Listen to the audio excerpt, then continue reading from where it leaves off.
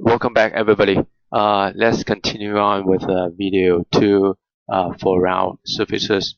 And if you look at this object here, this pictorial view of the object, this is the auxiliary view that we want to accomplish.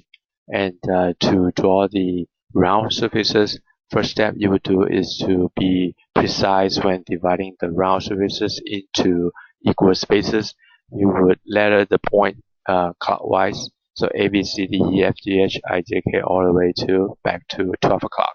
So once you label that point, and the next step you want to do is to draw a reference line. Always have a reference line here, and your reference line is here, and same as this reference line here. Then the next step you would do is to project them to your inclined surface and project them vertically up to the top view, and always place a reference line through the center of any symmetrical object.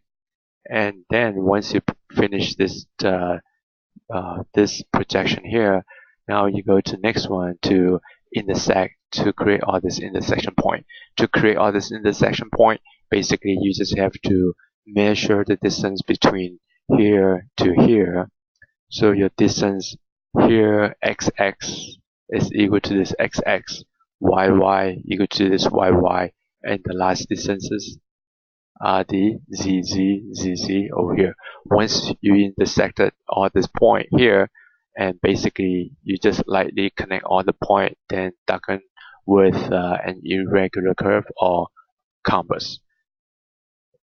And then now the hardest part of this assignment is to draw the fourth view, which is the auxiliary view. And you would draw one reference line, and starting randomly pick 2 points here, draw perpendicular to this inclined surface 90 degrees, and then once you intersect this point, that would be your point A and G, and you will project them horizontally to the inclined surface, and then going perpendicularly up to this reference line. And the same way that you create this top circle here is the same concept. Basically, you just have to measure the distance xx here equal to this distance xx, and yy, zz is zz over here. Once you intersected all this point, the next thing is to lightly connect all the point and then darken with an irregular curve or compass. So another irregular curve surfaces is a little bit different than the previous elliptical surface.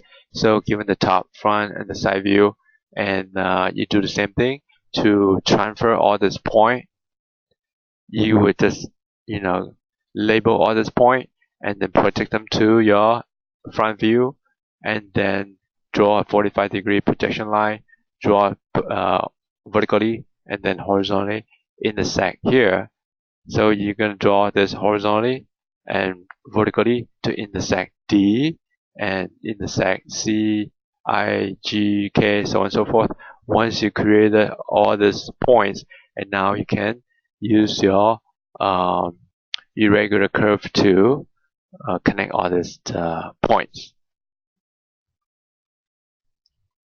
So now the hardest part of this exercise is to complete the fourth view, which is your auxiliary view for that irregular curve.